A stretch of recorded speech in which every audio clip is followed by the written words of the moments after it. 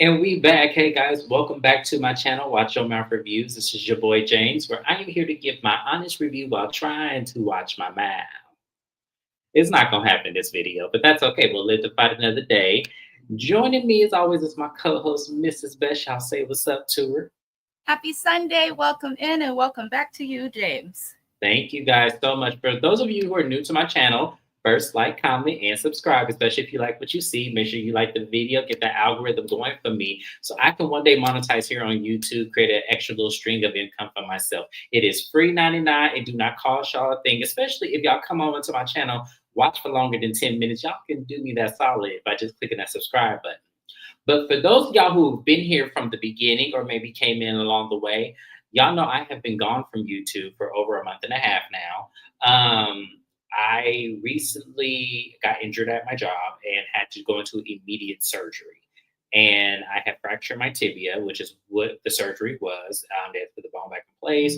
And I am on a whole new recovery pattern where I can't do much. So even coming into this room to do the live was a lot on me. So I'm getting better as time goes on. I'm still in recovery, but at least I'm a little bit more mobile where I can come in here and do the live. So I'm officially back. My channel will launch for real when Real Housewives of Salt Lake City comes back. So that's when I will definitely launch my channel for real, do more videos, do my updates, do my what else do I do? Unpopular opinions. Yeah, all that will be coming back very shortly here because I definitely got some opinions of what's been going on around here lately. But overall, I just want to say this. This is a show, it's called Heart and Hustle Houston, that I wanted to do directly when it first aired, but because I was in the middle of recovery, I could not do it. And I was going to do episode by episode, but seeing how the season played out, I'm okay to start this from episode 6 because we only have 2 more episodes after this and give my final opinion once it's all said and done. So that's how I'm going to do this. So if you're like, where's 1 through 5, James? I did not do them. But I will come back because I don't think they're getting a reunion. So I will come back and kind of go over everything when it's all said and done. So in this perspective of this show, I want to go ahead and say I love this show. I hope they get a season 2 or a continuation to this season because these ladies are bringing it. They are all different. I love them all, with the exception of maybe 1 or 2. I'm still working on them, but for the most part, I don't have a problem with any of them. Mrs. Best, how do you feel about these ladies?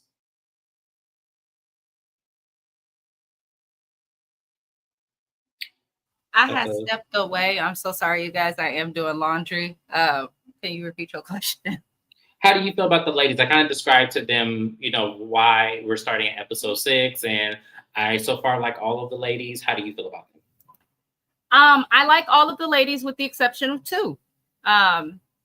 I'll express which 2 when we discuss that. But yeah, I like all of the ladies except for the 2. The 2 that I don't like, it's not even like I can't really say I don't. Well, one of them I really don't like, but the other, it was more of I had to warm up to her. But I like most of this cast. I respect the fact that it's a cast full of Black women that are pretty much relatable, and also motivating and inspiring for a lot of people.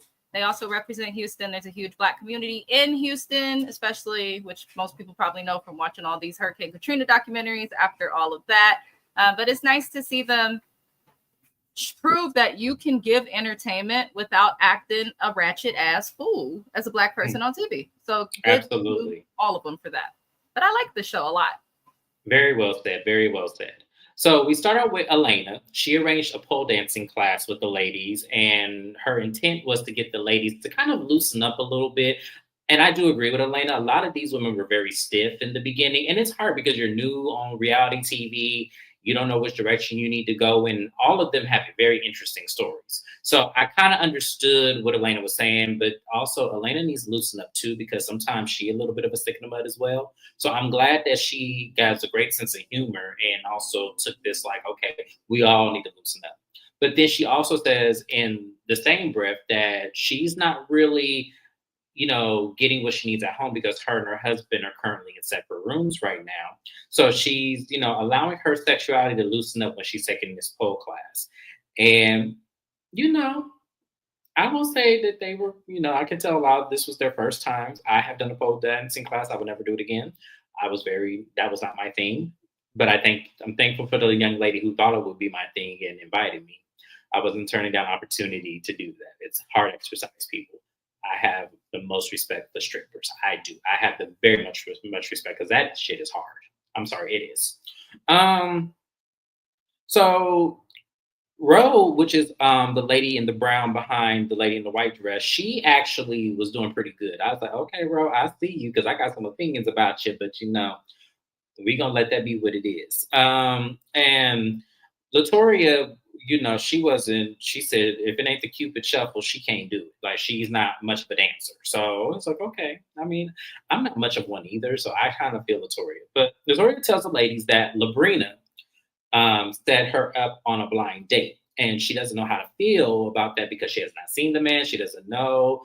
And based on the scene that we flashed back in the previous episode, Labrina was saying, you just need you a country man and this and that. And I'm looking at her like, no, that is not what she needs, Labrina. I don't know why you would even suggest that. But she takes it in stride because she needs to start dating. That's one of the things that she says she will be working on. The ladies, when she tells the ladies about it, and they're like, "Oh yeah, we're trying to picture what we could see you with. We see you with somebody older. You have such a mature spirit. So we see you with somebody older, like Paw. This is what Chloe says. Chloe's the lady in the white in the middle, and I'm looking at Chloe like, so you expect this 35-year-old lady to be with Paw when she says she wants children. She wants the life that a lot of women want, but Paw is the right person for her. Mrs. Best, how did you feel about Chloe saying that to Latoria? I'm still like learning their names a little bit. I know Latoria, which one she is, because she get on my nerves. But honestly, I don't really know how to feel about blind dates. I feel like blind dates can work if people get it right, but really the trick with blind dates is that you can know someone or know of someone, but that doesn't mean that you know how they are in a relationship. So I'm always kind of like about blind dates in general.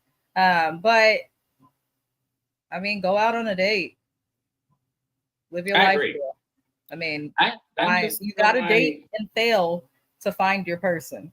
And the you longer do. her ass wait, the longer it'll take. So, good for Hmm. her. I just think I don't let my friends set me up on blind date. I had that mistake one time in my life. I guess that's a cute little story we could say because not much happened in this episode. So there was a time when I dated women. There was a time my friend Andre and his wife set me up with another lady in her firm, and she was new. She was from Boston, so she had just moved here. She was maybe a little bit older than me. I was 22 at the time. She may have been 27. She was brand spanking new. She was a figure skater on the side, so she loves that and everything. And I remember when she walked in, it wasn't that she was ugly. I could just tell something was off, and I could not picture it. But she had a droopy lip, like very like Dr. Heavenly's lip. It was very much like that, and I didn't know if she was trying to hide her front row teeth. I didn't know what, but I just kept staring at it. And I remember I asked her, "What is the most interesting thing about you?" And she goes, "Oh, I have a fake tooth," and then proceeds to push it out with her tongue and show me. And I just remember saying to myself, okay, Andre, I'm going to kill you. That's all I said. Paid for date and left. And never called that lady again. I don't know where she is in today's time. Shout out to Samantha. That was her name. But nah, we ain't doing that. But yeah. So I kind of, and so since then, I've never did a blind date ever again. That wasn't a blind double date because obviously the two were married.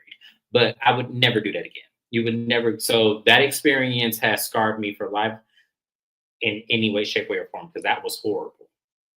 So it wasn't as horrible as Latoria's blind date, which we'll get to in a second. But yeah, I've been on a blind date, and I'll never do it again. So Elena, after this scene is over, Elena goes to, her client, which is Latoya Luckett. If you guys do not know, I love me some Latoya Luckett. I just do. I love her to death. Um, and they also have a friendship outside of her being a client. And as she's doing her makeup, she's filling Latoya in on Josh, and her and Josh not sleeping in the same room, which we're going to hear about the entire season because she opened with that. And she said, and Latoya asked her, okay, well, is there any like physical contact between you? And she said, there's not much. We do hug, and we don't really talk much, but we do speak a little bit. And she reveals that, Josh, her husband, betrayed her trust and did something that was, very egregious. And the producers asked her, well, what did he do? And she says, I'm not ready to tell you yet. So, Mrs. Best, we are mature enough and old enough and been through some very great life experiences to teach us. What do you really think this man did? What do I think of their relationship, or what do I think of Latoya's advice? No, what do you think Josh did? He probably cheated on her. That's what I'm thinking too. The thing Because of there's it only is, a lot of women, especially when you've been with someone as long as she have. I've been with my husband for an extremely long time. I think that when you've been with someone since basically childhood, which high school is, when she says she had that with her husband, I feel like it makes like cheating sucks, but it makes it even worse because it's like, damn, you spent your youth and all of that. But what else could he have done? I narrowed it down to two things because I also said cheating, but then I also said maybe he spent her 401k or something and didn't tell her. I Because don't know. I know that we're gonna see them. I don't know if next week is the finale or not, but I know that we're gonna see more from them and get the opportunity to learn some more about this couple. My thing is, don't go on a reality show. Give us context clues, hints, samples, and everything else that you could, and then not be willing to tell us what's going on. If you're married, then you need to handle it like Yandy and Mendice's on Love and Hip Hop Atlanta, which I cover. Check me out.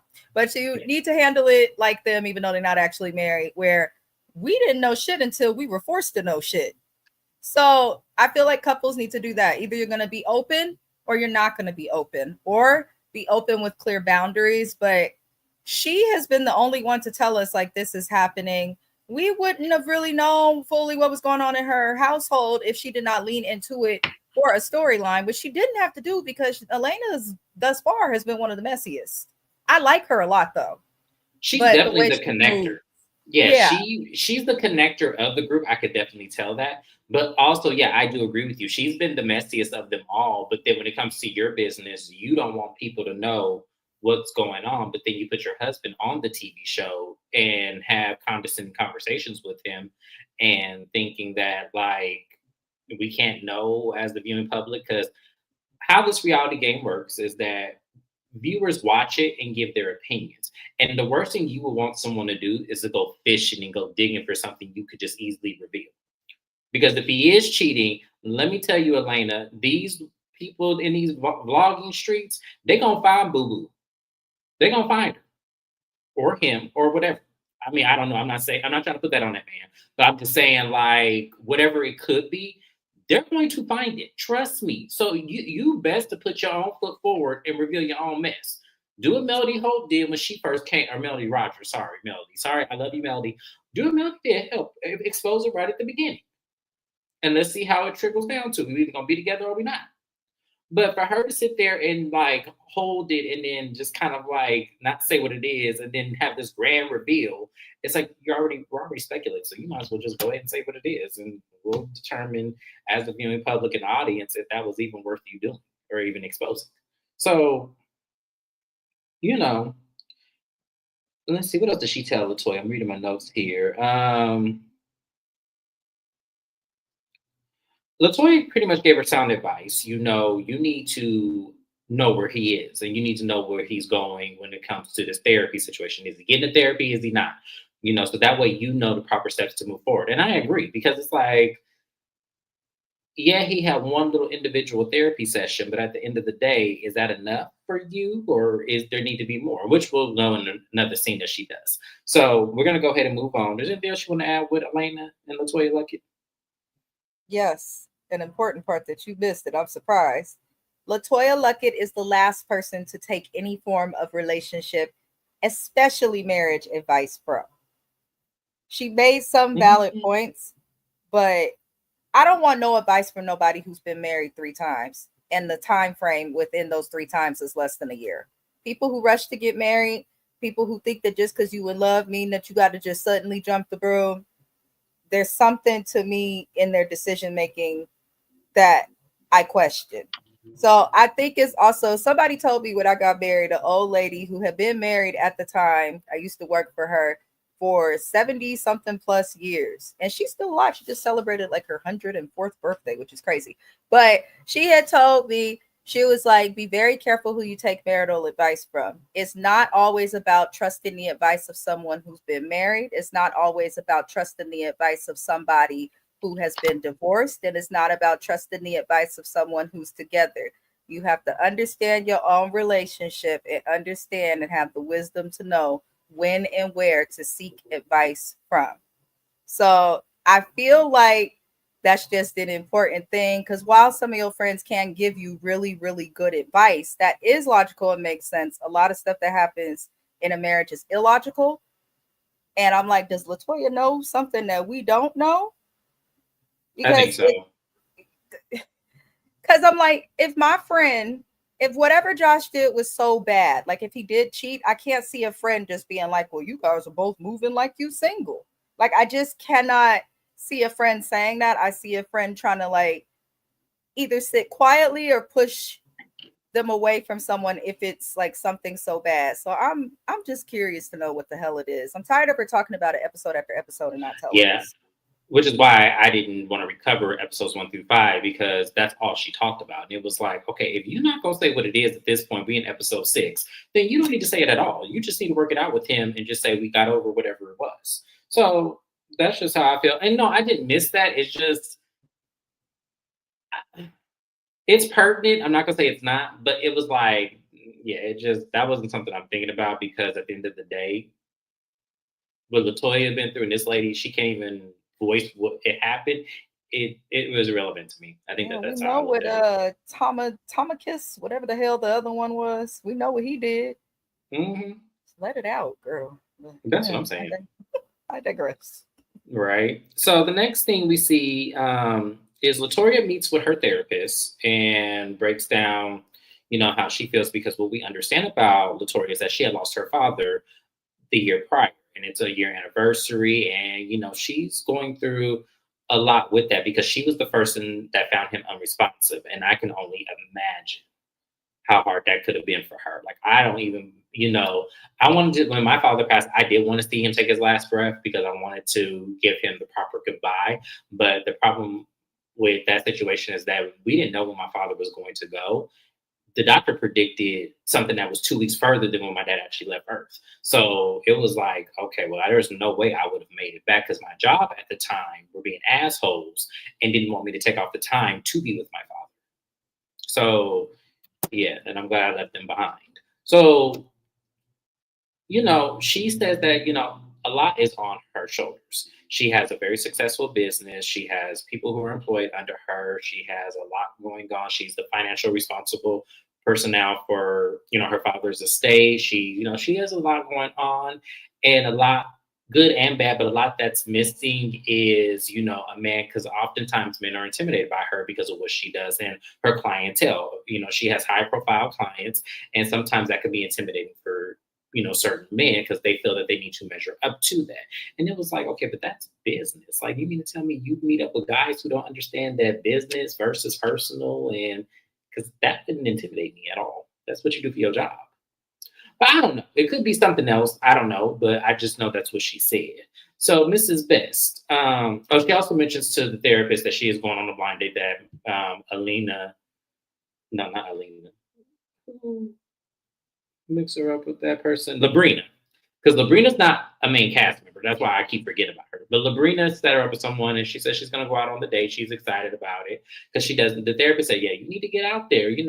Slow your ride oats. You're 35. Yeah, 35 is still young, so you can definitely get out there and be a hot girl." But how do you feel about her therapy session with her therapist, Mrs. Best? I like the therapist. I like that she's willing to go to therapy. Um, that's it. I don't Okay. care for Latoria. Something about her rubs me wrong. I do acknowledge and empathize with the pain that she has from losing her father. Um, I respect her as a businesswoman, but there's pieces of her I just don't like. There's pieces of her that seem off. There's pieces of her that seem disingenuous, even through the therapy. And I feel like her therapist can see that also.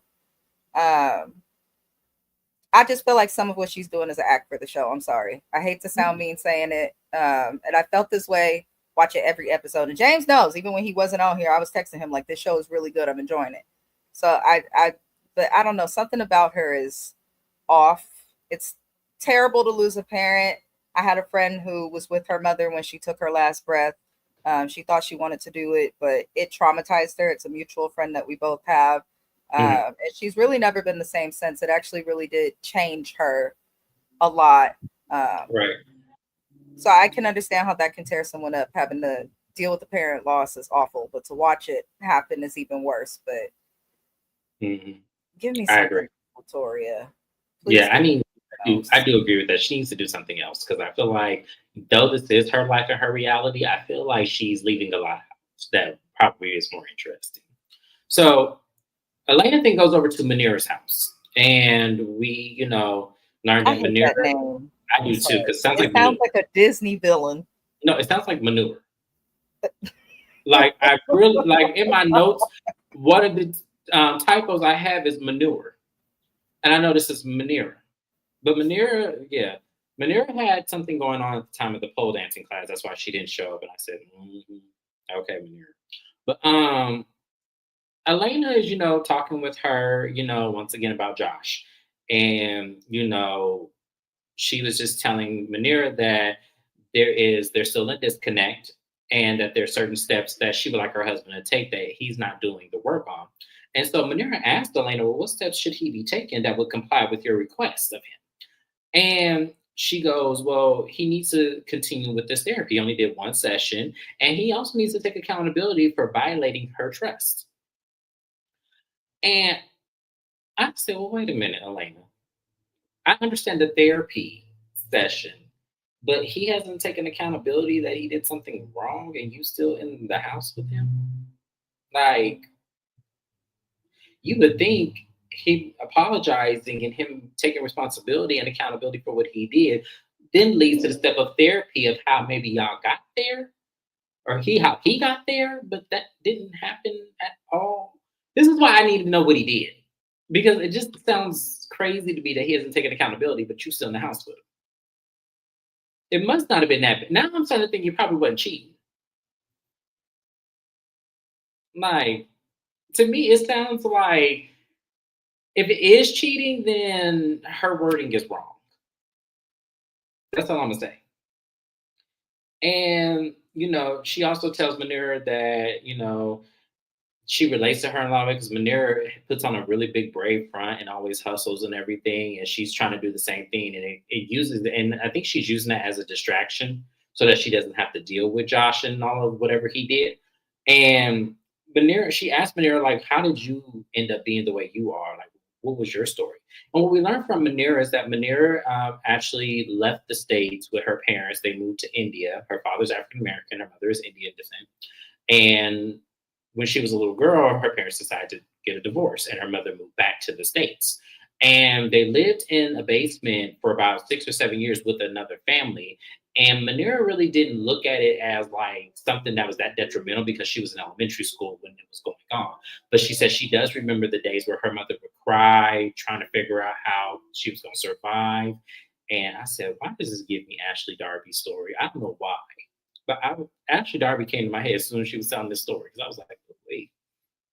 Because Crazy. that's unfortunately a very common story, I think, for a lot of Mm-hmm. women in that age range, because she's around a similar age to Ashley. I think that's just a common thing for single moms as a whole. I have friends now who are single moms who I done seen break down in front of their kids. It's unfortunate, it's hard, but a lot of people go through it and it They impacts do, yeah. kids differently. I'm a product of a single mother, so I totally resonate with her. My situation was never that bad. Don't get me wrong. My mom definitely made it. Like she definitely made it happen.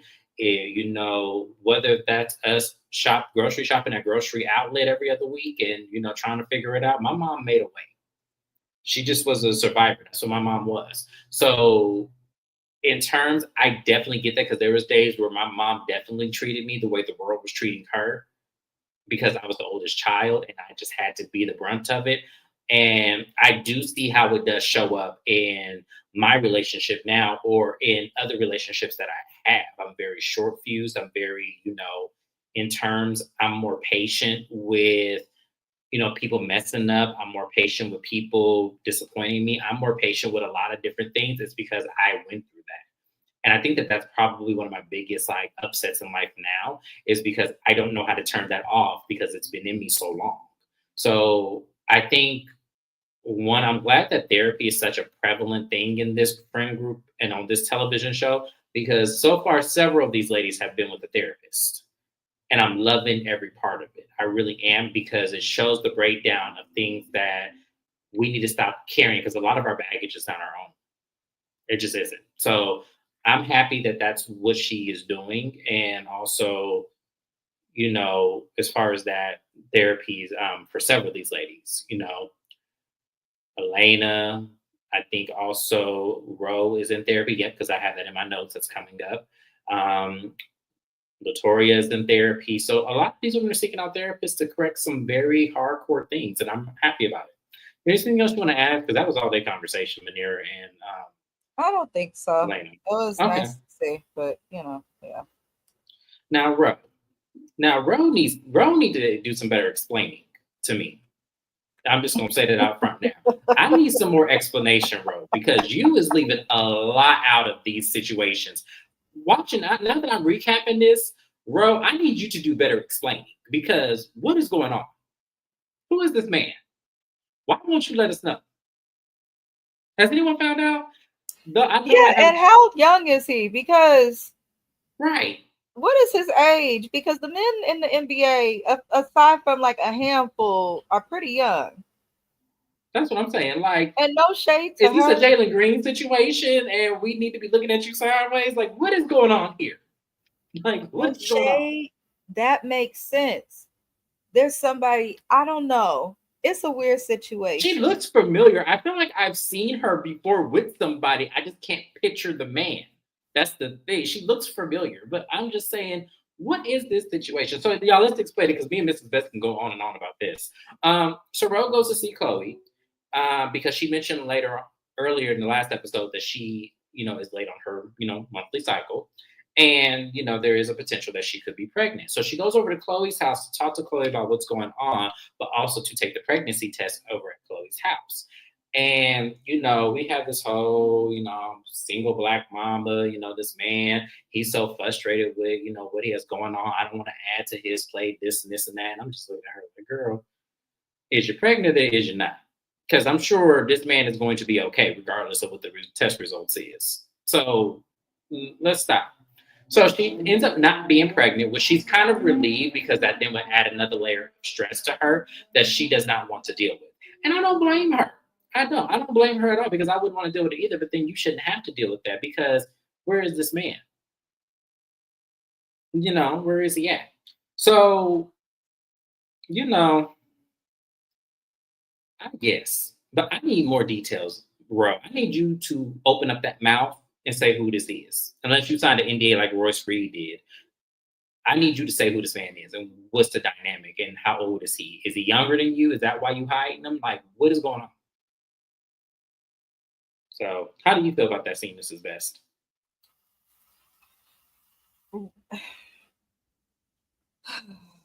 All right. Ro is the other second lady that I just I I don't really care for her. Um I don't get this. Like she I don't either. It sounded doesn't make stupid. sense. She sounded stupid as fuck. You want to have a baby, you want to have a baby in the right way, a new family, all of that is important to you. You've been fucking on this dude for 4 years on and off. Make ignore my husband laughing. But like I haven't dated in over 17 years. I don't know how the shit works now. So I'm gonna keep it real. Is that normal No, to be fucking with the same person on and off for 4 years and it like never develop into a relationship? Like, okay, I would get it if they were like, okay, we dated for a year and a half and then we broke up. But like, y'all are not exclusive. It sounds like it's just sex. You talking about I wouldn't just give my body to a man. That's not good. it makes me, as I said, I need more No. context because if I didn't know any better, I would think that this wasn't the first time she got pregnant by this man, and she's using this baby as the Dre, Dre Michelle's of the world. Girl, get on birth control. You are in the state of Texas. This is Heart and Hustle, Houston, that red ass fucking state where women they can't do them abortions and stuff. So that is actually incredibly irresponsible of her to be doing that. Like, I agree. it could work out, but on a serious note, like, as a woman of color in a state that leans toward a government that does not align with women having a choice in what they do with their bodies if they end up pregnant, I would be on the shot. I'd have the Nexplanon in my arm. I would also ask for an IUD and I'd be using the sponges, condoms, you name it. I'd be using Not the everything to sponges. avoid dealing with that. So I'm just looking like the whole situation is irresponsible. You say your daughter came up on the pregnancy test, like the whole situation was just weird. And I get that Ro has a background and all of that, but you too big and too much of a boss. You too big in age and too much of a boss to be making choices like this. Like if a nigga want to be with you, he gonna be with you. I'm not trying to Right. sound crazy saying it, but I really believe that It's with like men. she's walking on eggshells to make sure she doesn't disappoint him or make him upset, or it's weird. It's like, girl, what is the situation? Like, some tell me he young. Because Some tell after me 4 years, if I miss my period, I should be able to go to my dude and say, listen, flow is late. right. I should What be we able gonna to say do? that. Because there's Not only hold one or it two things. I ain't old enough for menopause yet. So yeah, what is we doing? So exactly, I feel that exact same way. I'm gonna skip her therapy Rolling. session because that's basically reiterating this conversation, the same thing. I don't have time. I loved her therapist, by the way. Her therapist was cool. I was happy to see her go back to therapy. I feel like she wants to work on herself. And that's the thing about Ro that I do like. That's why she's the one I'm kind of like up and down with. But I think she'll keep us entertained on the show if they come back for a season 2. I agree, definitely. Okay, so let's move on. I said I'm gonna skip Rose's therapy session because we're pretty much talking about the same thing. So we're gonna skip over that. Latoria meets up with her date, Mr. Banks. Now, this was the blind date that Labrina set her up on, which Labrina, you need your ass whooped. I'm sorry, you do. And I'm not saying like that is terrible if that's what you could do. But he walked in, and when I tell you, she wasn't impressed at all. Her face was like, I know you lying. Like, I know you lying. Like, first off, he's a lot older than she is. That was very obvious. And then also, she said that he wasn't really what she would go for if she were to be out and just happened to meet somebody. So they are in conversation. And as you know, the conversation, we learned that the man trains horses. He's also a truck driver. So he has, entrepreneurship, which is good. I'm not knocking that. That's actually a good hustle. So we're happy about that. He says he's been dealing with horses for 27 years. And, in any point of this conversation, when the subject changes, it immediately goes right back to the horses.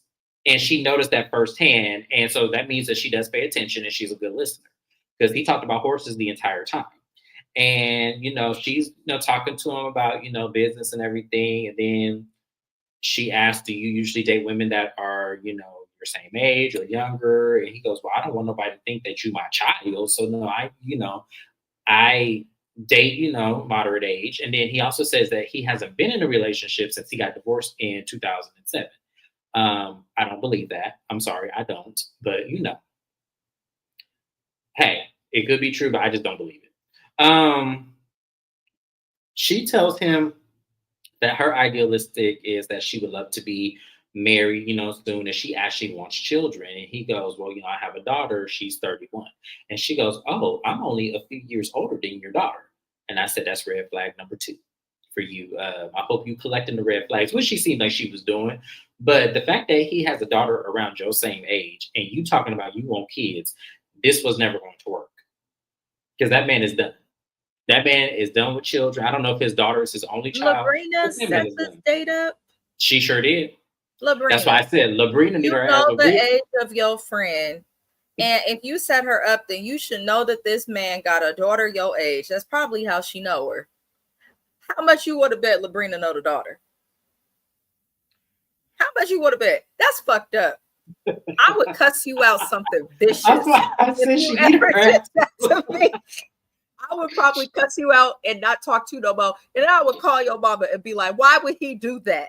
Like, it's same, likewise. Because there's no, first of all, I'm going to read you for absolute fucking, don't you ever, I'm not single, but don't you ever do no shit like this. Because that's I would. Crazy. Labrina ain't your friend. Let me tell you something, Latoria. Labrina's not your friend. Labrina, that was shade. I'm sorry. It was very much so shade. I am sorry. Has been, and I'm so glad you pointed that out because I feel like, and I don't even care for Latoria, but I feel like Latoria's been a little uppity, a little bit closed off when it comes to discussing sex and stuff like that. Yes. And I don't think it's because she's a prude or bougie or thinks she's better than anyone. I think she really ain't had no dick in a minute.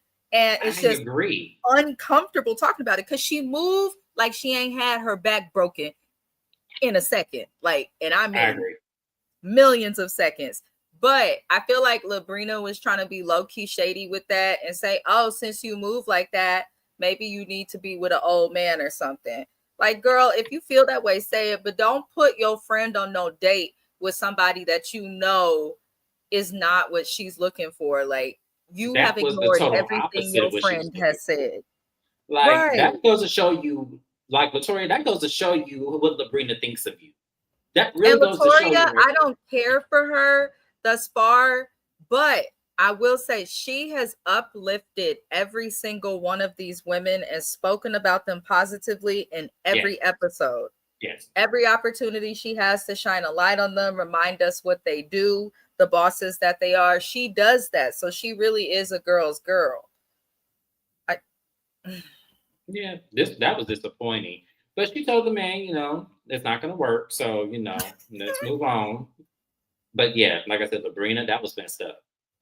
I can't wait till you show up on camera again because I'm going to read you for absolute filth. I hope she reads you for absolute filth in these last 2 episodes because she needs to because that was so crazy. Not. And that's the thing with Latoria I don't like. I feel like she's too nice for the television.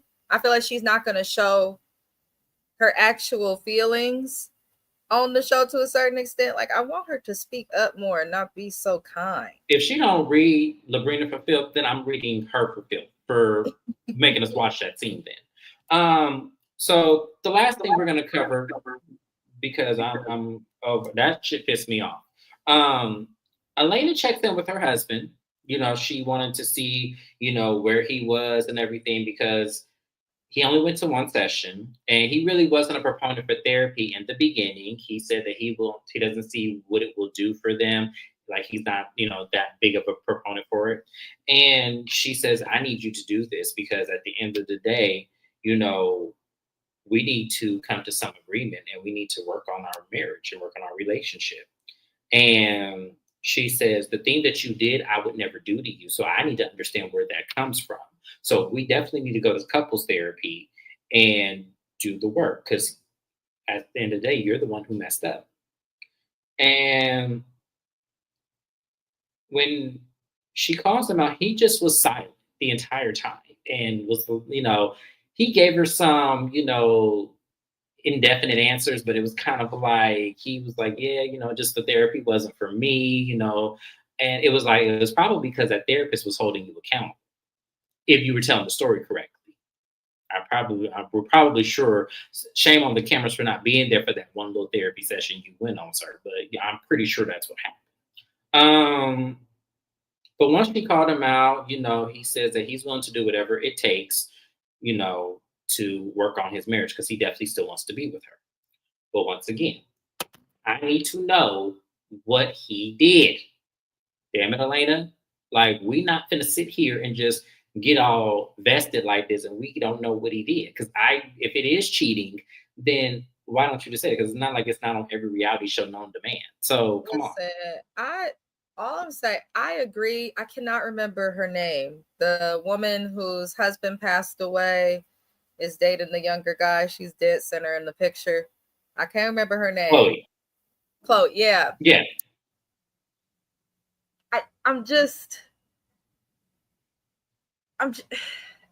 She was right.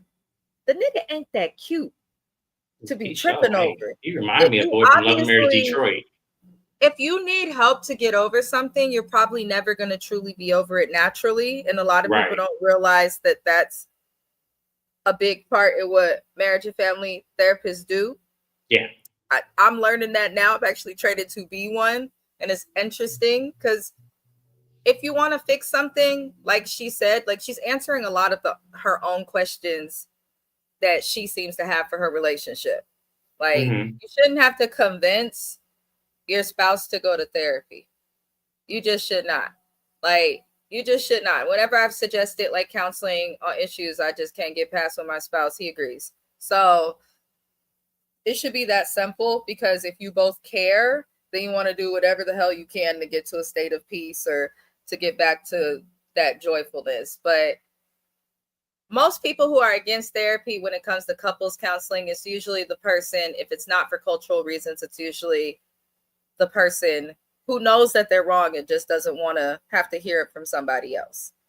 What she should do if she was smart is do the bullshit that he be doing, because I could see how he be trying to manipulate and gaslight her. She needs to turn that right back around on him and be like, well, how about this? I'll make it even better for you, so he could feel like he got some type of control. You choose the therapist, but I want it done by this time. Do some sort of compromise or something. So I do agree, going back to LaToya's advice that she gave to Elena, like, they both moving like they single in some ways, and it's making stuff difficult. It is good she went and spoke to him more about the therapy, but it also seems like he is willing to like move on and get back into it. But I just can't judge it without knowing what the hell it is. That's the hard part, to even finish a damn statement or thought. Well, hopefully by these last 2 episodes, we'll know what it is, and then we'll come back and just read them for filth if it's something crazy. So, anything else, Mrs. Best, before I end the live?